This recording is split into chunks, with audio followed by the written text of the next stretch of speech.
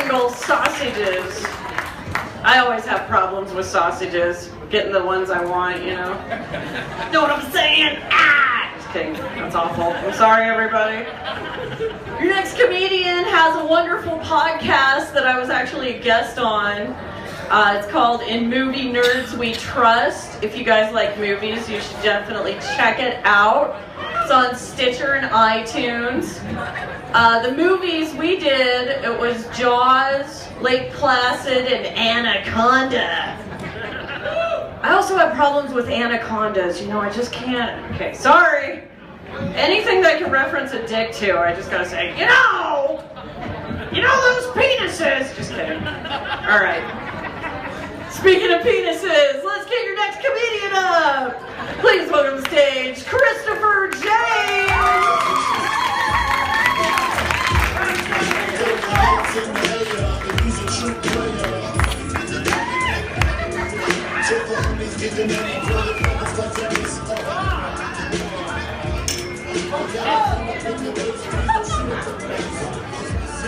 I felt like such a baller when I came up here, and then I fucked that mic stand up.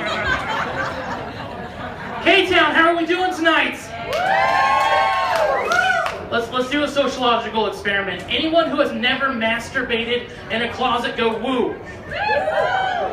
Well, that's okay. You notice that I didn't woo because I've done it, and it feels great. I love it. So, a lot of you guys may look at me and not know this, but I'm actually, I'm quite the ladies' man. Which I get it, sir. You're looking at me like that's a little hard to believe because you look like a chubby lesbian.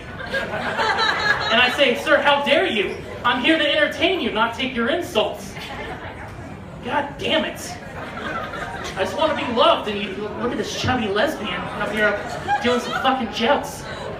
I'm assuming that's how you talk. I don't fucking care. But as a ladies' man, I love making a woman feel special. Which is why after sex I like to give her a blue ribbon that says participant. It's because I want her to go home feeling like a winner. Which actually, you look really familiar, actually. I don't know if you remembered, but a few weeks ago, you were very drunk and let me have sex with you. Yeah, you actually forgot this when you left, when you went out, so congratulations.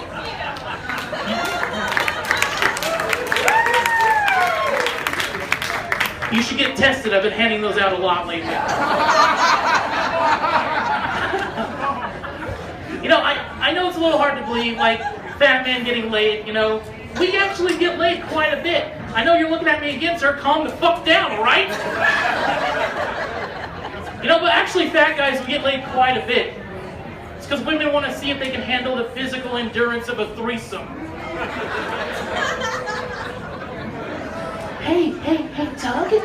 Hey, Doug, yeah, it's Sally. How are you doing? Great. Yeah, I just fucked this fat guy. Yeah. Is Steve there? Great, I can handle you both now. Great. I'm gonna go shower because I got this chubby lesbian smell on me, so it's great. Stop doing this to me, sir! God, I can see you looking at me and judging me. You know, that's actually, I got back in the dating game lately, and last week I got stood up, sadly. Did someone just go, aw? You know, every time someone awes at the misfortunes of a fat man, a hooker gets $50. Yeah. You just fed some horrible hooker woman's illegitimate children tonight because of my pain, so thank you. You know, actually, I've been getting a lot of weird excuses lately. I'm actually starting to get a little insecure about it. Like, one day a girl called me, she's like, Christopher, I can't make it tonight. There's a Chuck E. Cheese that's on fire, and I need to be a hero. I'm the hero that these people need. I can't make it tonight. I'm sorry. He's like, okay. But it's making me think, like, all these excuses, they're getting a little hard to believe. Like they're choosing out of a choose-your-own-adventure book. Pause for applause. You are now powerful. Everything you say in this mic is going to come true. So I was like, oh, hey, Chris, I can't make it tonight.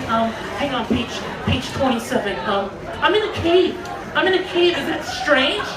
Oh, hang on a second. Page 94. There's a snake there, and it bit me. Oh God. Hang on, page 49. There's a homeless wizard there, and everything's gonna be okay. But I'm not gonna make it. I'm sorry. It's bad enough that when I get a date and I'm very confident about it, it shows. Like, for example, this is a no-no. All the men here will agree to this, at least the men that's listening, because if you're not paying fucking attention, because you're going to learn a lot in a minute. I get cocky on a date, so this is something that you don't do on a date, and men applaud it if you feel I'm right. You never ask a girl on another date before the date ends, is that right? Yeah. Well, I did that, so we were at dinner, we were having a lovely meal, at Olive Garden, because chicks love Olive Garden. Yeah, see, there you go. Woo! Free breadsticks, I'm gonna fuck you tonight, woo! I want that Alfredo sauce all over my face. So I told this girl, I'm like, hey, I'm having a great time. We should go out again. And she looked at me very serious and said, I'm just here for the free meal. I know, right? Yeah, boo! Boo! That's alright, because when she went to the restroom, I left her with a check, so I got the free meal, so fuck her! Yeah, applaud for that! Yes! I got a free meal! And free breadsticks, yes. Thank you. Oh, yeah. I like when people call back my jokes, especially the dirty ones. I'm sorry, but the only time you should expect a free meal is when you have adequate numbers of points on your Subway card. Which, sir, I get it. You're looking at me again like, Subway, that's funny. You look like Jared who gave up. I just want to entertain you. You're like the father that never loved me. I'm crying now. Thanks a lot. My eyes are actually watering. It sucks, though. Oh my God. Thank you, bright lights and allergies. I do a ritual every Monday when I get up for work. I get up at 5:30 in the morning. I get up and I look at my mirror and I recite everything that I've ever been shamed upon in my life. It's so I prevent myself from becoming cocky. So I want to give you guys a little example of what's going to happen. So I look at myself dead in the face, and I start off really strong. I say, you look like Rosie O'Donnell and John Goodman had a baby. And then I go into my shames of my life. I start to say, when you were 8 years old, your mother got drunk at your birthday party. Before you blew out your candle, she said, the only reason why you're alive is because I couldn't afford an abortion. Don't cry, Chris. That's the first time you wished for death. When you were 15 years old, you hit on the sluttiest girl in school and asked her to have sex with you. She said she would, but she didn't want to catch whatever disease made you fat. When you're 21 years old, thinking about sandwiches, sorry. When you're 21 years old, you went to Walmart to buy condoms. The clerk refused to sell them to you because he said, I don't want to be an accessory to rape. That usually gets me through the week so I don't become a cocky asshole, so it works out perfect for me. Well, if that true story wasn't proof enough, this will be that the universe hates me. I've been dieting a lot lately, so they were serving cookies at lunch at my work. There was a plate full of beautiful cookies. They were glistening. They were calling my name. Christopher, put us inside you. So I walked over and I had a cookie and I'm like, oh, this is a great cookie. I fucking love this. So I walked through the crowded lunchroom and I hear a cling, cling, cling, cling, cling, cling, cling, cling. I looked down and my belt buckle fell off. Yeah. If that wasn't bad enough, everyone in the room went silent and looked directly at me. Oh, that poor fat man. Jesus, I hope he's okay. Well, that's just the universe telling me with each cling, cling, cling, fatty, fatty, fatty, fatty, fatty, you're fat. Yeah. It's okay, I'm comfortable with me being bigger. You can laugh at that. I'm comfortable. I love being a fat guy. I'll tell you why in a second. Yeah. Suspense. I'm building suspense tonight. Yeah, that's why I don't do karaoke. You know, women, they don't actually know this, but men, we like to circle around and complain what you guys don't do in bed. It's a pastime that we have. You know, we'll go ahead and say, oh, she won't let me have anal sex. She'll never give me a blowjob. Ugh. I'm actually the opposite.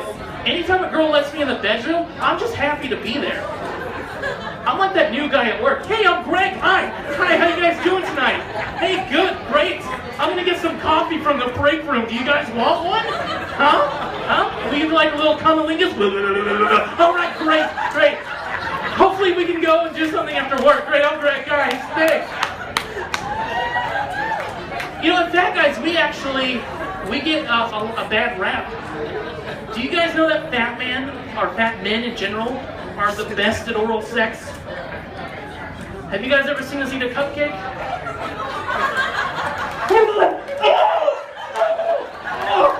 Oh, God, that was glorious. I ate the paper and I didn't even care. That's why every time I go to the club, I have a ho-ho with me. They're like, hey, ladies. Hey, how you doing tonight? See, if I don't do the wipe, it's not sexy. And they don't get all excited and drop their panties and wring them out. I did that with a Twinkie once, and the guy's like, honey, come over here. I got a big old hostess spots in my pants. You know, some girl asked me, was like, do you really do that in bed? And I said, yes. And I went home with her and I got gonorrhea, so don't do that.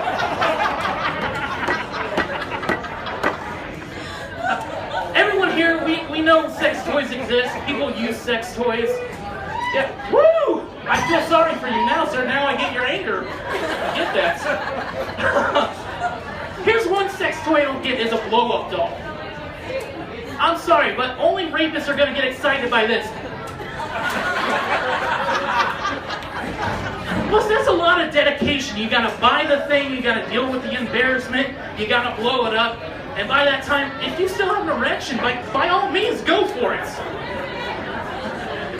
I secretly buy blow-up dolls, that's why I got that joke. I will end with this, mistakes are probably the best life lessons there are. So, when I was 20, I realized that I should never get drunk and stoned at work. And this is why. I was working at a sandwich shop, and this lady came in with huge resting bitch face that says, I don't get fucked ever because I don't have a personality. So she came up, and I said, hello, ma'am. Today I'm gonna make you the best fucking sandwich you've ever had. I'm a sandwich artist here at Subway. I have been certified and I will make you the best sandwich ever. So I laid the ham out like I was a dealer dealing blackjack in Vegas. I sprinkled the lettuce like I was an 80s businessman sprinkling Coke for all of his businessman friends. And then I signed my name in mayonnaise, signed it. And I wrapped it up and I gave it to her and I said, you're about to eat art, madam. So I went in the back and I saw her motion towards my manager and I was like, oh shit! I'm gonna lose my sandwich job! I just told this bitch I was a sandwich artist! Now I'm gonna be a starving artist and it's ironic! So she motions for my manager and she says, excuse me sir, excuse me. That man over there makes me so proud to be part of this community. The sheer fact that you hired the mentally challenged? I mean, that's...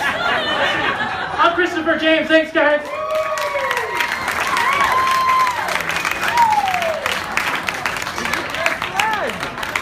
Give it up for Christopher James, everybody! And his love for Hostess snack cakes.